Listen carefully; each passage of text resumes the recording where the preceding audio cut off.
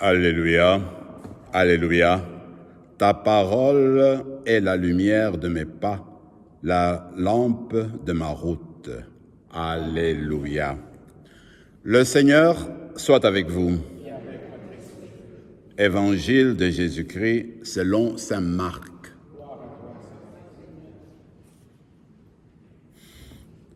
En ce temps-là, Jésus disait à la foule: est-ce que la lampe est apportée pour être mise sous le boisseau ou sous le lit? N'est-ce pas pour être mise sur le lampadaire? Car rien n'est caché, sinon pour être manifesté. Rien n'a été gardé secret, sinon pour venir à la clarté. Si quelqu'un a des oreilles pour entendre, qu'il entende. Il leur disait encore: faites attention à ce que vous entendez. La mesure que vous utilisez sera utilisée aussi pour vous. Et il vous sera donné encore plus, car celui qui a, on lui donnera. Celui qui n'a pas, on lui enlèvera même ce qu'il a. Acclamons la parole de Dieu.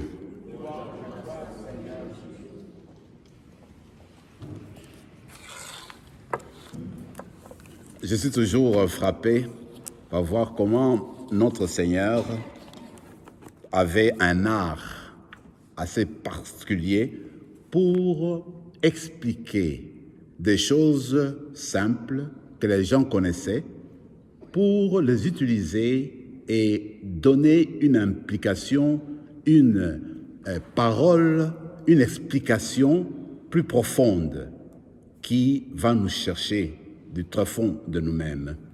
Regardez, il donne aujourd'hui l'exemple de la lampe. D'ailleurs, au temps du Seigneur, presque toutes les maisons, chaque maison avait sa lampe. Lampe à l'huile, généralement. Alors il dit, écoute, si tu as ta lampe dans la maison, mais la lampe, tu ne vas pas la mettre en dessous du lit. Normalement, non. Il n'y a personne qui fait ça. Par contre, quand tu as la lampe, tu cherches le lampadaire, c'est-à-dire l'endroit où tu peux mettre, et puis ça peut éclairer à tout le monde.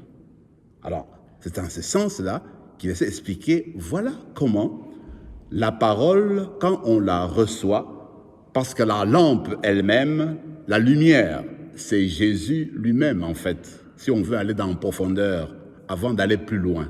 Parce que regardez, déjà dans l'évangile de Jean, premier chapitre, le Seigneur se présente comme la lumière du monde.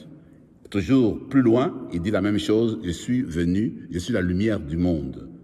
Alors, en fait, quand on regarde Jésus lui-même, depuis qu'il est venu dans le monde, quand il s'est révélé aux gens autour de lui, durant toute sa vie, il a été lumière du monde. Alors, la lumière, c'est celle qui dissipe, comme on sait, qui fait dégager les ténèbres. Regardez comment nous vivons maintenant. Vous avez cette expérience-là. Moi, ça me frappe toujours. Depuis 3 semaines, quand ça devient 17 heures, de plus en plus, ça devient clair. De plus en plus. Les ténèbres sont dissipées, ils sont jetés, ils sont projetés par la lumière. Parce que la lumière est arrivée pour les lancer et les envoler très loin. Mais maintenant, quand tu reviens sur l'exemple du Seigneur, quand il donne cet exemple-là, la lumière, c'est pour, en fait, dissiper la lumière, pour dissiper les ténèbres, c'est qu'il faut que la lumière joue son rôle. Comment la lumière va jouer son rôle? Le Seigneur dit qu'il est la lumière du monde. Et nous sommes ses disciples. Parce qu'on est disciples du Seigneur, c'est que nous sommes invités à devenir des lumières à la manière du Christ. Alors, quand on devient lumière, on essaye de refléter la vie de tous les jours que Jésus nous a apprise, la vie d'amour, d'entente. Pourquoi? Parce que si tu veux faire connaître la parole de Dieu, Parce que finalement, Jésus qui est la lumière, il nous donne sa lumière, il nous donne sa parole. Alors, quand tu veux répandre, tu veux changer, partager la parole de Dieu à partir de ton cœur, il faudrait que tu ailles puiser dans la lumière du Seigneur. Parce que quand tu as la lumière du Seigneur, c'est à ce moment-là que tu vas briller. Tu vas briller par tes comportements. Tu vas briller par tes paroles, par ton style de vie. Alors c'est cette lumière-là qui va finalement aider les personnes qui t'entourent pour connaître la parole de Dieu. Quand tu t'ouvres davantage à la lumière, eh bien cette lumière-là va te guider davantage vers le Christ lui-même qui est en lui-même la parole de Dieu. Alors, ce que moi je propose aujourd'hui, c'est qu'on va demander au Seigneur de nous éclairer, de nous donner sa lumière tous les jours pour que cette lumière ne soit pas cachée. Aujourd'hui, ce n'est pas toujours facile de se présenter comme chrétien, chrétienne.